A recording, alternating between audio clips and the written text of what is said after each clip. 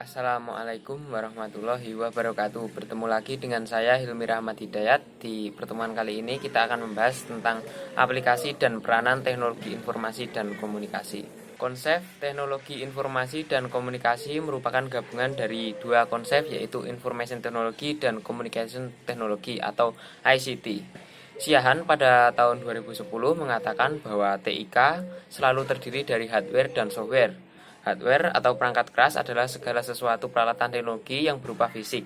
Ciri yang paling mudah untuk menentukan adalah terlihat dan dapat disentuh. Sedangkan software atau perangkat lunak adalah sistem yang dapat menjalankan atau berjalan dalam perangkat keras tersebut. Software dapat berupa operating system atau OS, aplikasi maupun konten.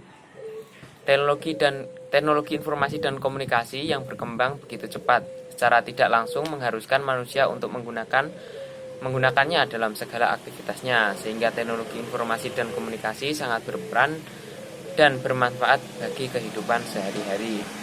Di zaman sekarang ini, pemanfaatan teknologi informasi dan komunikasi menjadi indikator modern atau tidaknya suatu peradaban. Keuntungan penggunaan TIK antara lain: 1. Memudahkan orang dalam berkomunikasi dan memperoleh informasi. 2. Membuka peluang bisnis baru. 3. Mendorong timbulnya proses demokrasi. 4. Meningkatkan kualitas dan kuantitas layanan publik. 5. Meningkatkan layanan informasi kesehatan jarak jauh. 6. Memperbaiki pendidikan melalui e-learning. 7. Mengembangkan kemampuan dan kesadaran masyarakat. 8. Memperkaya kebudayaan. 9. Menunjang pertanian, dan 10. Menciptakan lapangan kerja. Berikut ini peranan TIK dalam berbagai bidang.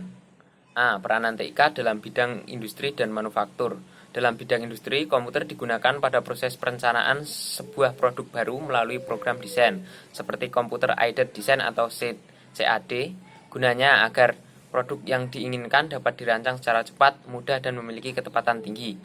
Sebagai contoh, untuk menggambar bentuk desain mobil dibutuhkan waktu yang lama dan relatif sulit apabila dilakukan secara manual. Akan tetapi dengan program misalnya AutoCAD, semua itu dapat teratasi. Bahkan program ini dapat menggambarkan bentuk nyata sebuah desain mobil dilihat dari berbagai sudut atau 3 dimensi. Selain itu, juga pemanfaatan robot yang secara otomatis melakukan kerja-kerja tertentu dalam sebuah industri yang dikontrol oleh komputer.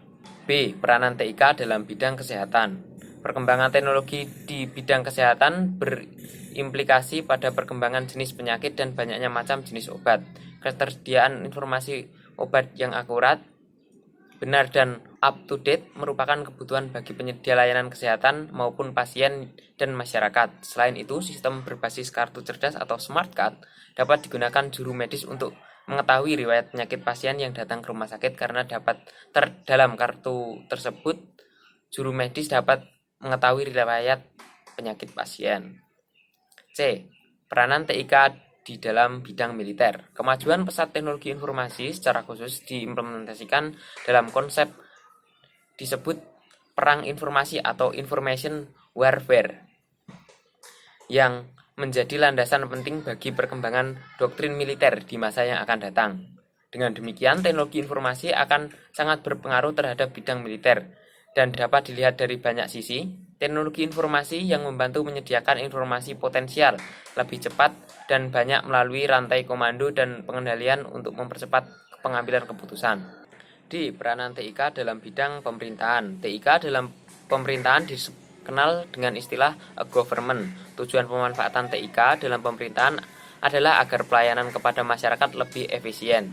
TIK juga dapat memberdayakan masyarakat karena dengan adanya infrastruktur government akan lebih mudah dan lebih cepat untuk mengakses informasi dari pemerintah. Selain itu, TIK dapat mendukung pengolahan pemerintahan yang lebih efisien dan bisa meningkatkan komunikasi antara pemerintah dengan sektor usaha dan industri. Manfaat government yang dapat dirasakan antara lain: 1. Pelayanan yang lebih baik kepada masyarakat. Peningkatan hubungan antara pemerintah, pelaku bisnis, dan masyarakat umum. Adanya keterbukaan atau transparansi, maka diharapkan hubungan antara berbagai pihak menjadi lebih baik. 3. Pemberdayaan masyarakat melalui informasi yang mudah diperoleh. 4. Pelaksanaan pemerintah yang lebih efisien. Koordinasi pemerintah dapat dilakukan melalui email, atau bahkan video conference. 1. Penyimpanan dan pembuatan database penduduk. Yang kedua adalah pembuatan elektronik KTP atau EKTP yang sekarang sedang dilakukan. Selanjutnya adalah peranan TIK dalam bidang ekonomi. Peranannya adalah 1. Meningkatkan pelayanan kepada masyarakat. 2. Meningkatkan akurasi dan kecepatan perhitungan. 3. Menyediakan informasi ekonomi dan data-data statistik ekonomi dan keuangan yang up to date. Semua bidang kehidupan saat ini sudah tidak bisa lagi dipisahkan dari penggunaan perangkat TIK. Adapun contoh TIK dalam bidang ekonomi adalah sebagai berikut. Yang pertama adalah e-banking. E-banking artinya sangat luas, yaitu aktivitas perbankan yang dijalankan melalui media elektronik seperti ATM juga termasuk di dalamnya.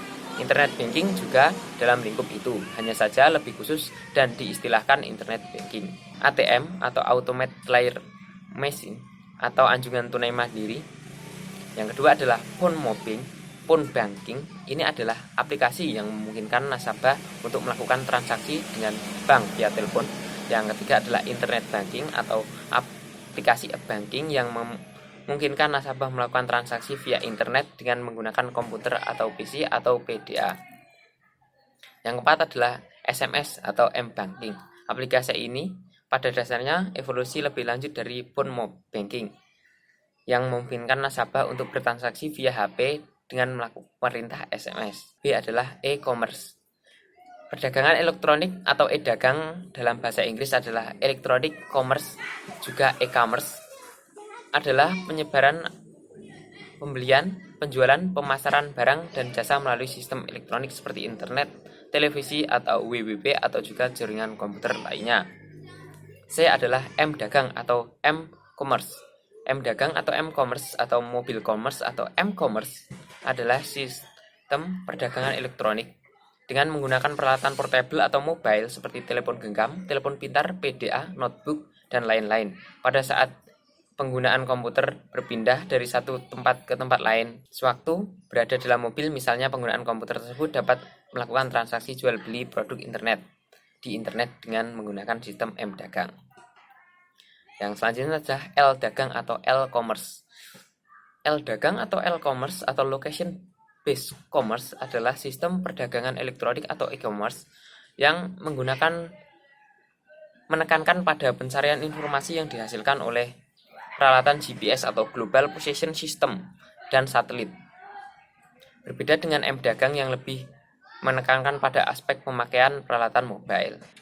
Selanjutnya adalah peranan TIK dalam bidang pariwisata dan kebudayaan. Perannya adalah 1. Meningkatkan pariwisata kebudayaan di suatu daerah. Yang kedua adalah mempromosikan pariwisata atau kebudayaan ke mancanegara. Yang ketiga adalah meningkatkan kesadaran masyarakat terhadap pariwisata. Dan keempat, meningkatkan jumlah kunjungan wisatawan mancanegara ataupun domestik. Yang kelima, verifikasi produk wisata yang kompetitif.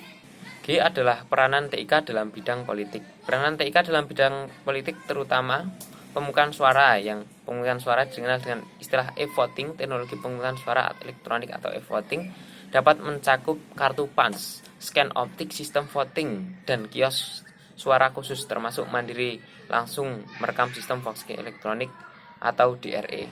Selanjutnya adalah peran TIK dalam bidang kesehatan.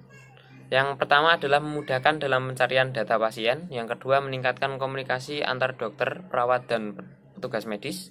Yang ketiga adalah menggantikan fungsi manusia dalam hal pekerjaan yang rumit dan sulit.